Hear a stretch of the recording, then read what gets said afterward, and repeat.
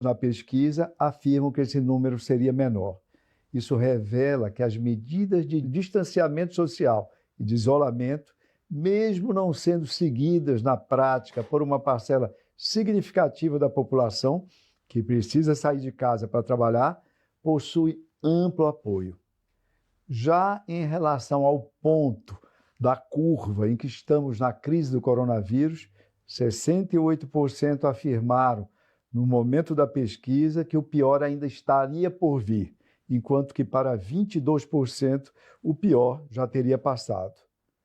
Os governos estaduais, as prefeituras e seus comitês de epidemiologistas, lutando contra o inimigo até então desconhecido, não dispõem, na verdade, de protocolos de reabertura comprovadamente eficazes. Salvo a experiência recente de outros países, não há ainda, nem poderia haver, um conhecimento consolidado a respeito.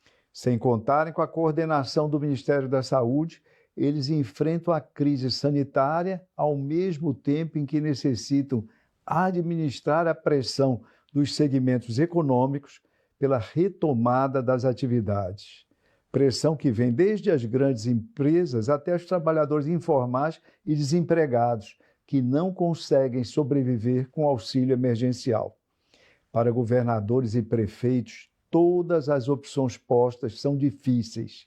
Envolvem o risco de fazer um relaxamento maior agora, para depois, eventualmente, se verem obrigados a recuar, caso haja um recrudescimento do número de vítimas.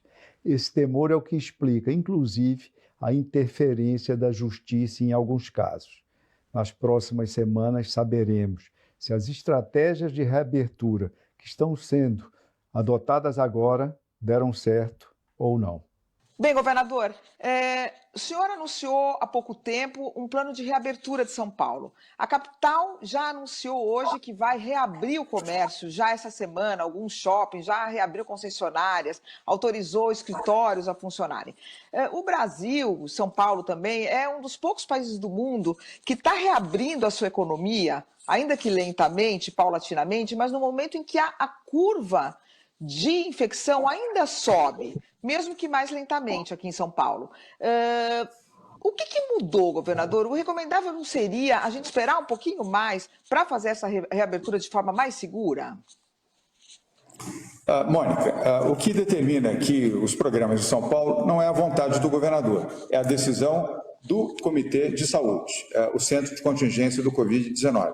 São 19 cientistas, especialistas, todos em epidemias, em infectologia, especialistas que você conhece, quase todos eles, muitos já participaram aqui do Ponto a Ponto com você, e são profissionais ciosos, cuidadosos, zelosos nas medidas que avaliam conosco. Todas as iniciativas são fundamentadas e respaldadas por este comitê. Este comitê tem agora, inclusive, um coordenador executivo, que você também conhece, que é o João Gabardo, até pouco tempo secretário executivo do Ministério da Saúde na gestão do ministro Luiz Henrique Mandetta, e que já foi secretário de Saúde no estado do Rio Grande do Sul. O Plano São Paulo foi elaborado durante 35 dias, com muitas mãos, com muitas informações, com muita pesquisa, com muito cuidado, para ser praticado a partir de agora, a partir da próxima semana, a partir do dia 16 de junho, de forma heterogênea. É importante para os que estão nos assistindo, nos ouvindo, nos acompanhando nesse momento, Mônica, que compreendam que até agora o comportamento da quarentena em São Paulo foi homogêneo. A partir do dia 16 de junho será heterogêneo. Nós vamos levar em conta as regiões do estado, a sua capacidade de atendimento no sistema público de saúde, nos municípios e nos hospitais estaduais, são as chamadas UTIs para a Covid-19, também a evolução da pandemia na região do interior, litoral e região metropolitana de São Paulo. Outro aspecto importante é testagem. Nós estamos agora fazendo testagem em massa para permitir uma visão melhor. Sobre isso falarei na sequência ainda com você. E, por último, a capacidade também de gestão dos municípios que, juntamente com o governo de São Paulo, terão uma participação nessa nova etapa da quarentena. E vale lembrar para finalizar a resposta neste momento, que estamos em quarentena, não houve liberação nenhuma, continuamos em quarentena. A recomendação do governo do Estado de São Paulo continua sendo: fique em casa, só saia se você precisar e, se sair, use máscara, utilize álcool gel para limpar as suas mãos, se possível, lave as suas mãos constantemente com água corrente e sabão. Mantenha hábitos de higiene também naquilo que você recebe na sua casa, seja o delivery de alimentos, seja produtos que você compra pela internet. Quanto mais asseio, distanciamento social e isolamento você praticar, melhor será para proteger a sua vida e a vida da sua família. Agora, governador, esse comitê, a gente sabe que ele é formado por médicos e é formado também por pessoas de outras áreas do governo, como não poderia deixar de ser, né? Porque essa pandemia não tem apenas o aspecto da saúde, ela também tem um aspecto... Importante, desculpa, Mônica. Não é para corrigir, apenas para o enunciado ser correto. O Comitê de Saúde são apenas médicos, os 19 membros todos são médicos. Agora, nós temos também o Comitê Econômico e o Conselho Econômico, aí sim, com pessoas que não são da medicina. E também temos o Conselho Municipalista, do qual participam 16 prefeitos. O Bruno Covas, prefeito da capital de São Paulo, e 15 prefeitos que comandam as regiões administrativas do Estado. Então, são 4 grupos, mas o Comitê de Saúde, com 19 membros, apenas médicos. Não, sim, mas a discussão é conjunta, correto? Não são os médicos que tomam a decisão. E o que a gente sabe, conversando com os médicos... São os médicos que tomam a decisão, Mônica. Desculpa, mas o que eu sei, pelo menos, de fontes ali, como o senhor disse que eu conheço bem alguns deles, e não muitos deles, é que, assim, por eles se esperaria um pouco mais, né? E eles mesmos admitem, quer dizer, que eles não têm os outros aspectos da questão, eles têm apenas a visão da saúde e que há outras ponderações a serem feitas, mas que seria melhor esperar um pouquinho mais. Agora, diante disso, quer dizer, eu pergunto para o senhor o seguinte, seria muito difícil segurar um pouco mais, porque... conversando também, por exemplo, com o governador Flávio Dino do Maranhão, eu fiz essa pergunta a ele e ele falou, olha, chega um momento que você não tem como parar, pelas características do Brasil, não tem como parar totalmente o país durante um período muito prolongado. Então é possível que a gente saia, volte. E eu queria fazer essa colocação para o senhor, quer dizer, de fato, existe uma situação específica brasileira que chega a São Paulo também e que é difícil de segurar mais tempo sob o aspecto econômico, social, mesmo político. O senhor diria isso? Não foi possível esperar um pouquinho mais? Não foi possível e não haveria necessidade. Mas, Mônica, eu preciso fazer de novo aqui, não quero contrariar você sabe como eu respeito o seu trabalho e as suas fontes também. Mas a decisão foi do Comitê de Saúde, não foi do governador nem do governo de São Paulo, foi do Comitê de Saúde. O comitê se reúne regularmente, nós fizemos aqui 2 longas e produtivas reuniões de 5 horas de duração para poder tomar a decisão do Plano São Paulo, com todos eles presentes, os 19. Os que puderam presencialmente, os que não puderam virtualmente, mas todos participaram. E, obviamente, essas decisões não são por consenso. É difícil, você tem 19 num grupo, só no grupo econômico são quase 40 pessoas, mais 16 no grupo de prefeitos, mais 4 membros do Conselho Econômico, liderados pela economista Ana Carla Abrão, mais os secretários do governo de São Paulo, 8 secretários diretamente envolvidos.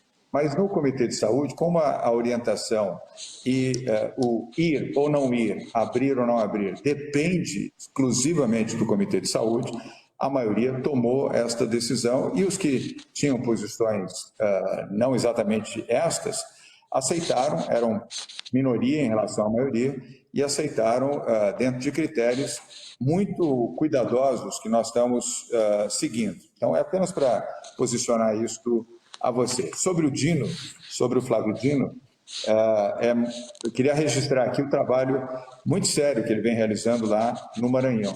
Nós temos sido muito colegas, muito parceiros até na troca de medidas e de iniciativas de São Paulo para o Maranhão e do Maranhão para São Paulo. E ele entendeu realmente lá as dificuldades no seu estado em ampliar a quarentena na forma em que estava. Ao que sei, continua a quarentena também no Maranhão. Como aqui, é muito importante que você e quem está nos assistindo agora entenda que nós estamos em quarentena. Nós não terminamos a quarentena em São Paulo.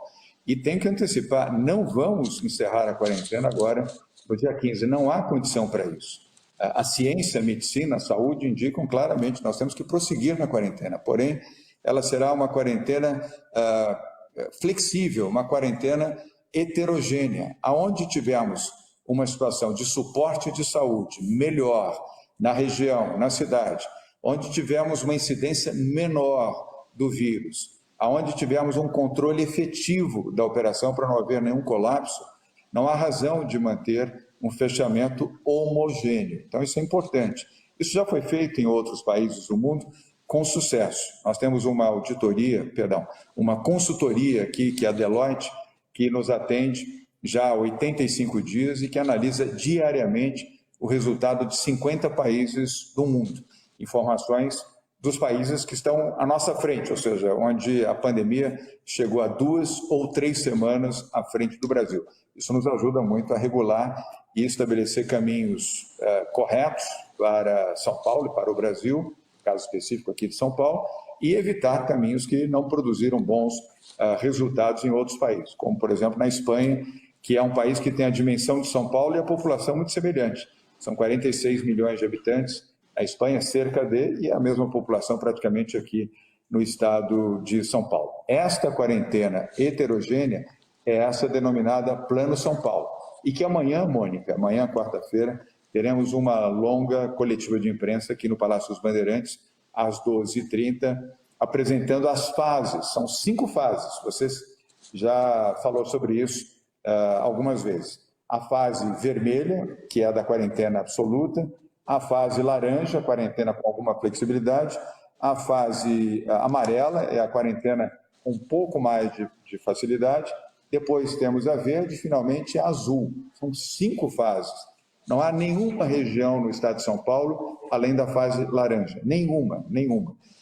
Algumas estão na faixa vermelha, outras estão na faixa laranja. Portanto, estamos em quarentena e prosseguiremos a quarentena. E volto a dizer aqui, e é importante para que as pessoas não tenham ideia, liberou geral. Não liberou geral e nem haverá liberação geral em São Paulo.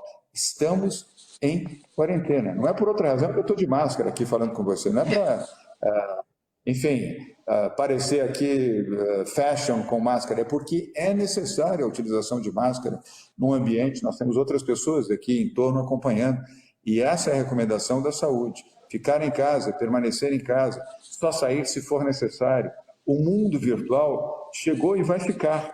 Você mesmo está sendo produtiva na Folha de São Paulo, trabalhando em casa. Está sendo produtivo na Rádio Bandeirantes, trabalhando em casa. Está sendo produtiva na Band News TV, trabalhando em casa. O mesmo em relação ao Lavareda. Ninguém perdeu qualidade, produtividade, inteligência, capacidade de comentar, criticar ou falar por estar agindo remotamente. Só que antes isso não era feito assim. Agora é feito. E continuará por muito tempo em várias áreas. O próprio jornalismo vai ganhar muito com isso, porque diminuirá os seus custos, tornará mais vitalizada a sua operação, mais viável, sejam jornais, sejam televisões, sejam rádios ou os próprios veículos digitais e revistas também. Agora, governador, então, obrigada que o senhor lembrou que eu não estou de máscara porque eu estou trabalhando aqui da minha casa.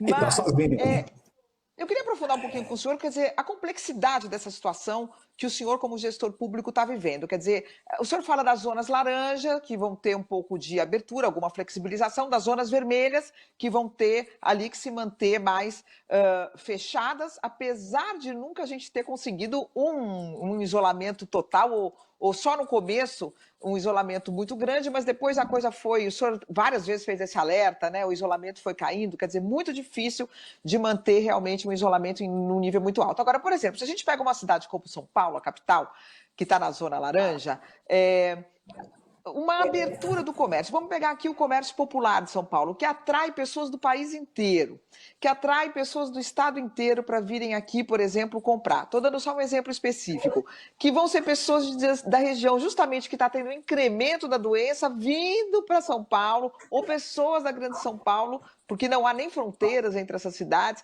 Quer dizer, como é que vai se manejar isso? Porque apesar do senhor dividir o Estado em zonas, quer dizer, o Estado não tem fronteiras. Então, a abertura de São Paulo seguramente atrairá pessoas, uma maior abertura do comércio, por exemplo, atrairá pessoas de outras regiões. Quer dizer, como é que vai se manejar isso? Não há um risco de São Paulo, inclusive no futuro, a capital ter que absorver doentes de outras regiões que podem ter o seu sistema com alguma flexibilização lotado também? Já estamos fazendo isso, Mônica. Nem será preciso aguardar, nem esperar o dia de amanhã. Já estamos fazendo isso. O sistema de saúde pública aqui no estado de São Paulo é o melhor do país. Aliás, é o melhor da América Latina. E é um exemplo. Nós temos um sistema de saúde pública aqui em São Paulo, Mônica, melhor do que nos Estados Unidos. E eu morei nos Estados Unidos, então eu estou falando isso com conhecimento de causa. Aliás, o SUS, o Sistema Único de Saúde do Brasil, é um exemplo. Só há outro país no mundo com um sistema tão bom quanto esse aqui do país como um todo, que é a Grã-Bretanha. Uhum. E São Paulo tem o melhor exemplo do SUS, o maior número de UTIs, o maior número de hospitais, ambulâncias, médicos, paramédicos, fisioterapeutas, epidemiologistas, todas as especialidades estão aqui muito bem representadas em São Paulo. O sistema é robusto de saúde aqui em São Paulo, seja ele público ou privado. Os maiores hospitais privados do país estão aqui. O maior complexo hospitalar da América Latina, que é o complexo do Hospital das Clínicas, é aqui. Então, nós temos um controle de saúde bastante grande em São Paulo. E, obviamente, São Paulo não tem fronteira, não há limite, você não pode proibir o acesso das pessoas à capital de São Paulo e nem da capital para outras cidades. Isso seria impossível, inimaginável, assim como muito difícil a aplicação do protocolo do lockdown aqui em São Paulo. Eu sempre disse que nós temos no Comitê de Saúde o protocolo do lockdown, mas eu sempre afirmei que seria muito difícil ele ser praticado e dificilmente ele seria colocado em prática aqui operacionalmente por toda a dificuldade que este protocolo exigiria.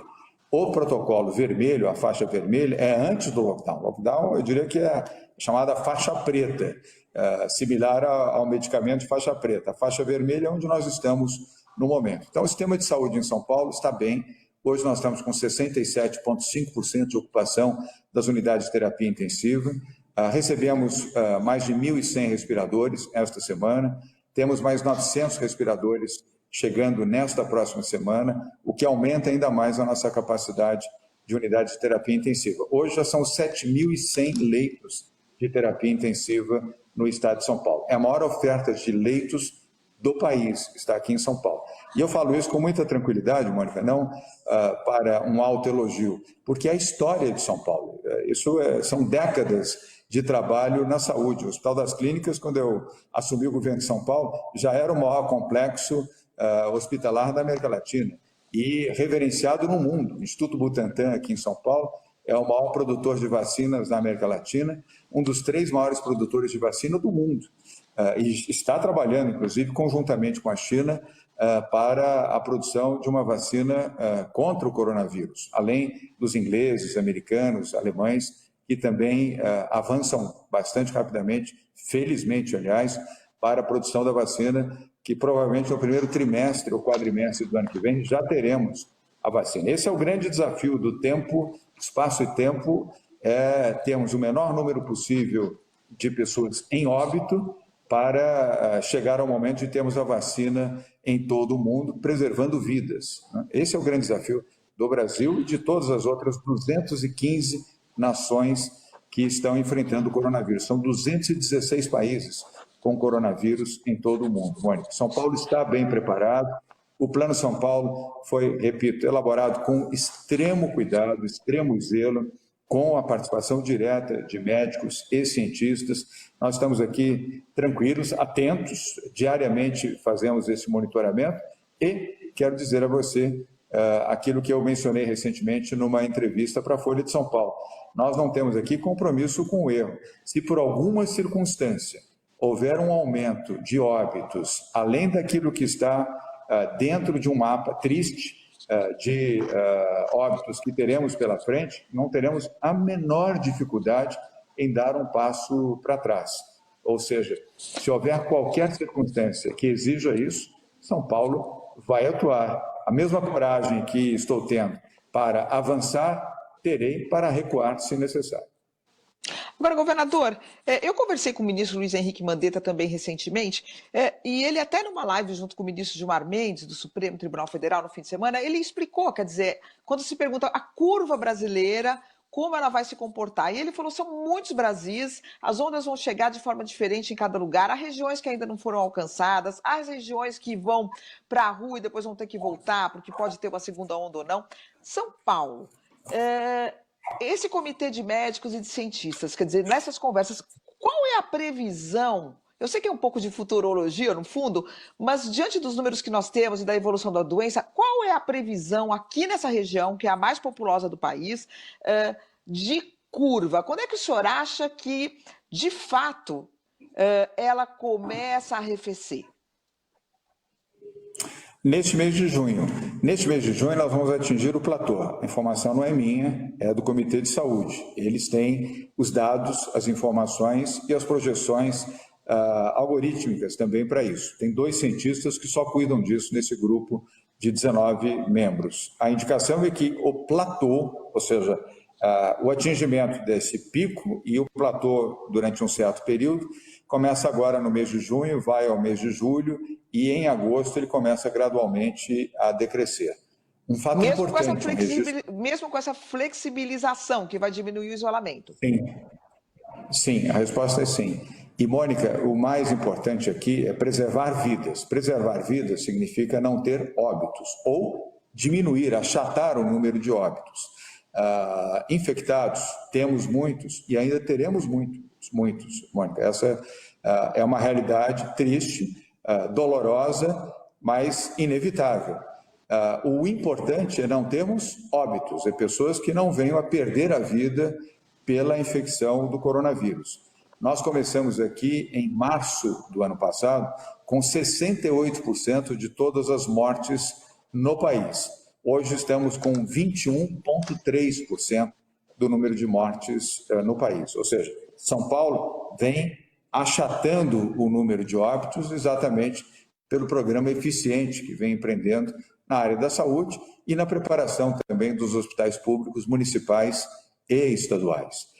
Teremos ainda um período que não será curto pela frente nas quarentenas heterogêneas e que vão determinar estas cores, conforme me referi a você, o vermelho, o laranja, o amarelo, o verde, até chegarmos ao azul. E mesmo depois de chegarmos ao azul, onde aí sim poderemos ter uma liberação mais ampla, por exemplo, o uso de máscara continuará sendo obrigatório. Nós vamos ter um longo período de convívio. Você vai ter máscaras infantis, juvenis, mais femininas, mais coloridas, mais fashion, mais ajustadas ao seu perfil, vai fazer parte da nossa vida. E vamos continuar, mesmo após a última etapa do Plano São Paulo, que é a faixa azul, lembrando que nós estamos ainda na faixa vermelha e laranja, ainda temos amarela, verde até chegar azul, mas mesmo após a faixa azul, nós vamos continuar usando máscaras. Eu nunca tive máscaras no meu guarda-roupa, nem você. 90% da população brasileira, exceto médicos, enfermeiros, paramédicos, que tinham máscaras. Agora vai passar a ser uma indumentária regular. Jovens que forem às escolas, pessoas que forem aos parques, nós todos que fomos a shoppings ou a qualquer outro lugar, mesmo ao cinema, vamos estar usando máscaras. Isso para citar um fator apenas como legado desta pandemia. O mundo será outro, Mônica, não será um mundo de janeiro de 2020, é um novo mundo a partir de uma nova etapa pós-pandemia. Nós temos que estar adaptados para viajar, para conviver, para confraternizar, para nos divertirmos. O mundo mudou. Nós estamos tendo aqui 2 situações, uma triste e uma de privilégio. A triste é ver pessoas infectadas e muitas pessoas a óbito, seja no Brasil ou em outros 215 países do planeta. E o outro lado é a experiência, você como jornalista e eu também, de vivenciarmos algo único. Nos últimos 100 anos não houve nada no mundo equivalente a esta pandemia. Então é preciso ter essa visão da realidade. Isso não acontece só em São Paulo, só no Brasil. Outros países estão sofrendo na economia, no comportamento, na sociologia, na psicologia, nas atitudes. O mundo mudou. Em menos de 6 meses, o mundo já é outro agora na metade do ano de 2020 e será eternamente um mundo diferente. Vamos torcer para que, de fato, a vacina, Mônica, a vacina já está na 3ª fase de testes, muito provavelmente no primeiro quadrimestre do ano que vem, ela já estará em produção industrial, vamos chamar assim, para ser aplicada mundialmente em mais de 5 bilhões de pessoas para que estejam prevenidas e preventivamente vacinadas contra o coronavírus. Até lá, como também nenhum medicamento, uso de máscaras, distanciamento social, isolamento social, lavar as mãos, usar álcool gel, são hábitos um pouco diferentes daqueles que tínhamos até janeiro deste ano. Agora, governador, o senhor não acha que é possível que o Brasil seja um dos últimos países a receber uma vacina? Como é que o senhor vê isso? Isso já foi muito comentado pelo fato de o Brasil estar tendo um certo isolamento, né, internacional nessa área de saúde, no governo do presidente Jair Bolsonaro. Como é que o senhor vê isso? O senhor acha que a gente corre esse risco? Ou o senhor acha que as nossas conexões, a conexão dos nossos cientistas, da nossa ciência, que é respeitada no exterior, pode encontrar algum atalho para isso? Interessante essa pergunta, Mônica. Há 2 mundos. Há um mundo do Bolsonaro vírus e há um outro mundo fora do Bolsonaro vírus. No vírus Bolsonaro, enfim, atitudes erradas, recomendações equivocadas, atitudes contra o isolamento social, contra o distanciamento, contra o uso de máscaras, a favor da cloroquina, como se cloroquina fosse um analgésico que você compra na farmácia e toma, e com isso você está absolutamente imune. É um conjunto de atitudes muito erradas que, infelizmente, o presidente Bolsonaro endereçou nos últimos 6 meses aqui no Brasil e ganhou uma fama mundial muito ruim. Você acompanha o noticiário internacional. No mundo, Bolsonaro foi colocado como uma pessoa nociva, quase como um pária. Aos que não sabem o que isso significa, é uma pessoa indesejada. E isso é a opinião dos principais meios de comunicação do mundo. Nos Estados Unidos, no Canadá, na Europa, na Ásia, na África, ou seja, uma imagem muito ruim e que, de fato, ela não é construtiva para o Brasil. Porém, como você observou corretamente, a ciência no Brasil, em especial a medicina, tem uma referência muito elogiosa no mundo internacional. O Brasil tem acordos com os principais laboratórios do mundo, com as principais universidades americanas, inglesas, alemãs, suíças, japonesas, para o desenvolvimento de programas tecnológicos na área da saúde. Inclusive São Paulo, aliás, o grande destaque, eu falo isso com muito orgulho, até porque isso também não dependeu diretamente do nosso governo. O Instituto Butantan é uma instituição secular e é hoje o maior fabricante, o maior produtor de vacinas da América Latina, um dos 3 maiores produtores de vacina do mundo. O Instituto Butantan já tem acordos com laboratórios chineses e ingleses para a produção da vacina. Então, nós teremos aqui em São Paulo, portanto, o Brasil, São Paulo faz parte do Brasil, o Butantan está em São Paulo, pertence ao governo de São Paulo, mas obviamente que vai compartilhar todos os estudos e principalmente a vacina com o país, como agora. Toda a vacinação antigripe do Brasil, Mônica, foi com vacinas produzidas pelo Instituto Butantan. Total, todas as vacinas, mais de 30 milhões de vacinas, 35 milhões de vacinas produzidas para todo o país, foram produzidas aqui no Instituto Butantan e aplicadas, aliás, o período de extensão de vacina foi promulgado pelo Ministério da Saúde semana passada com as vacinas produzidas pelo Instituto Butantan. Então, a boa notícia dessa sua interessante pergunta é que o Instituto Butantan está bem avançado nesses entendimentos com laboratórios chineses e um laboratório inglês para o compartilhamento da vacina tão logo ela ultrapasse essa terceira fase de testes, e pela expectativa do Dr. Dimas Covas, muito provavelmente no primeiro quadrimestre do ano que vem, isso é muito provavelmente, eu não estou aqui afirmando de forma definitiva, Claro. ela é disponível no mercado e para os brasileiros também. Há outras instituições muito sérias no Brasil, a Fiocruz, no Rio de Janeiro, também é uma instituição de enorme respeitabilidade, apenas para citar mais uma instituição que não tem a sede aqui em São Paulo e que também vem avaliando e tendo a sua respeitabilidade preservada, independente da análise do governo Bolsonaro. Atrapalhou muito, eu tenho que fazer essa observação. Tristemente, aliás, eu não gostaria de ter que observar isso como brasileiro e como governador de São Paulo, que temos um presidente que age de forma errática e prejudica, inclusive, a compreensão e a orientação correta da população. Era muito melhor que estivéssemos todos na mesma direção, no mesmo objetivo, trabalhando conjuntamente, não essa disputa ruim, nociva, ideológica, partidária, diria até, vamos dizer, inexplicável. Por que um presidente é contra o isolamento social se todos os países do mundo, na verdade temos 4 países do mundo apenas, onde os dirigentes não são favoráveis ao isolamento social. 2 ditaduras da Bielorrússia, sendo que o presidente indica vodka para curar a pandemia.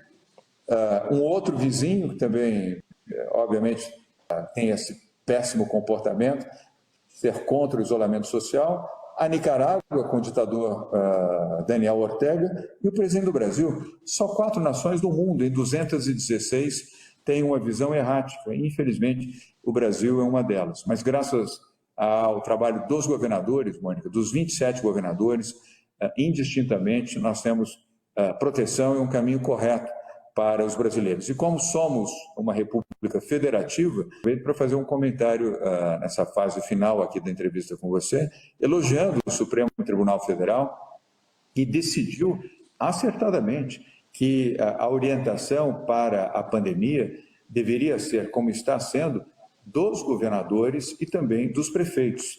Porque se dependesse apenas da orientação federal, Mônica, hoje nós não teríamos o número de óbitos que temos no Brasil de 37 mil mortes. Nós teríamos mais de 300 mil mortes no Brasil. Apenas em São Paulo, mas também nos demais estados os números são muito relevantes. Apenas aqui nós já salvamos 95 mil vidas, 95 mil pessoas foram salvas pelas iniciativas de isolamento social e do tratamento através do sistema de saúde do estado de São Paulo. O mesmo ocorreu no Rio de Janeiro, nos estados do Nordeste, do Norte, do Centro-Oeste, do Sul e do Sudeste do Brasil.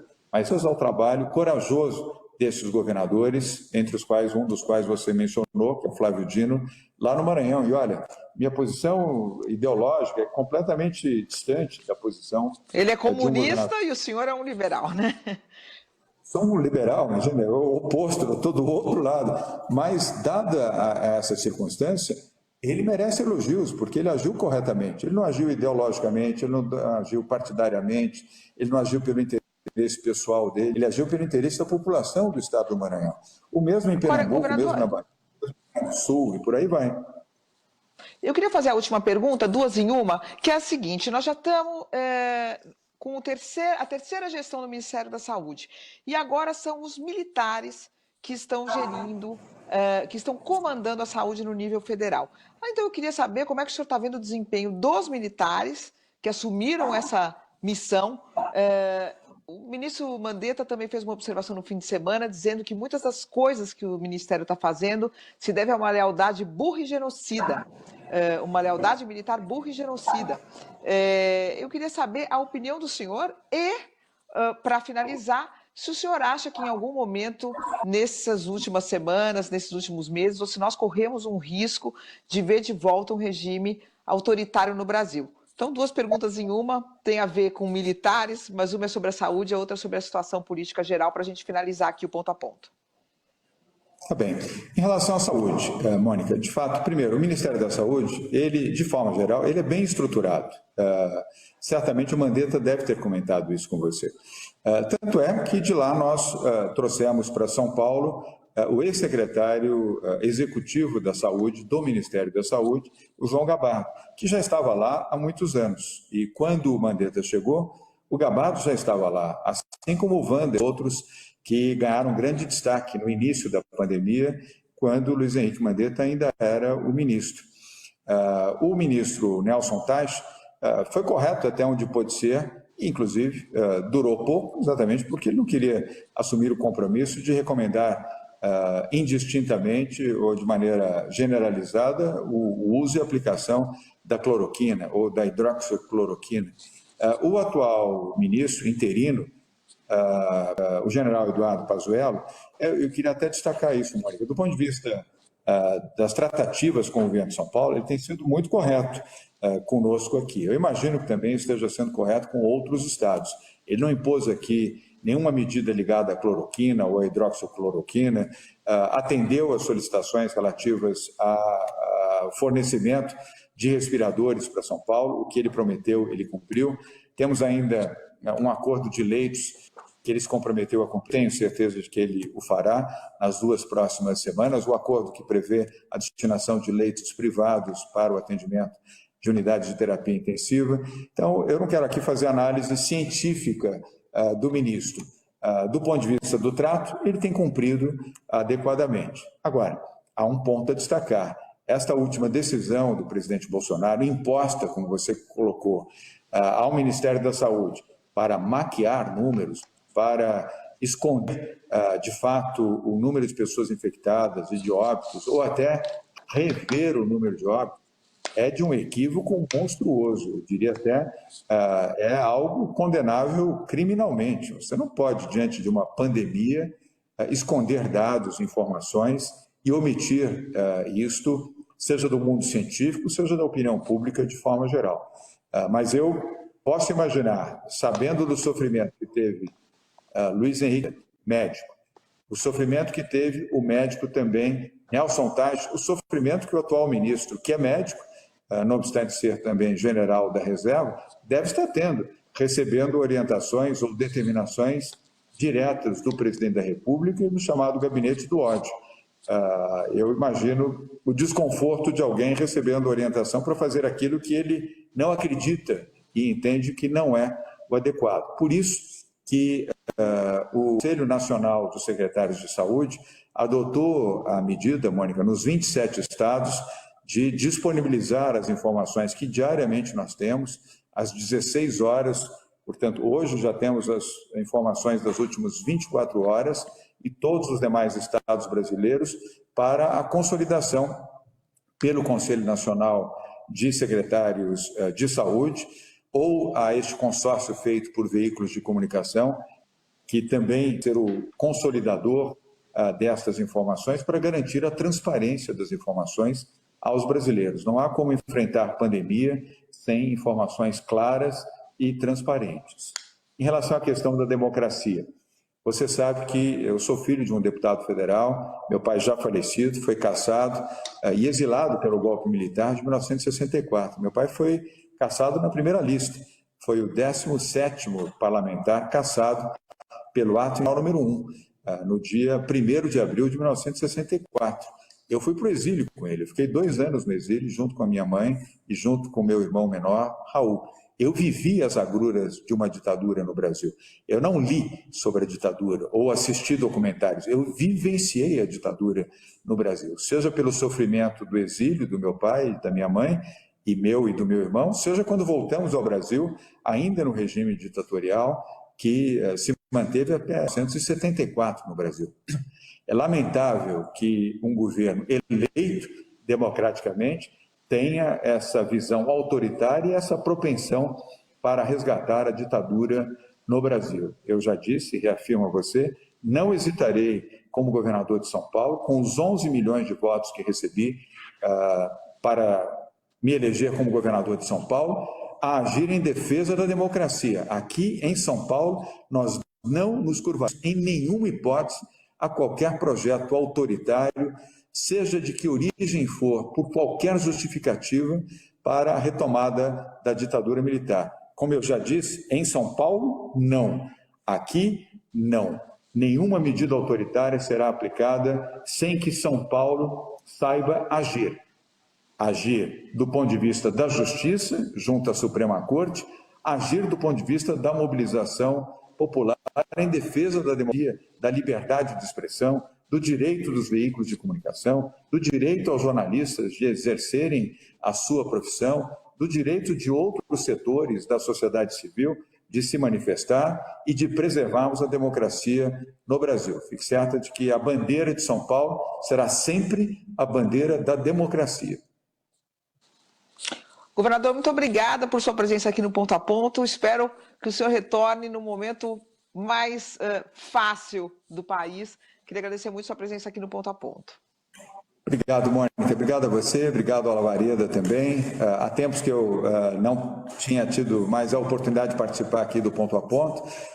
Meu respeito por você, pelo Lavareda também e pelos nossos telespectadores. Obrigado e até breve. Vai passar, mas enquanto isso, fique em casa e use máscara. E você pode rever esse e todos os programas que já foram ao ar no site www.bandnewstv.com.br. Muito obrigada pela companhia e até o próximo Ponto a Ponto.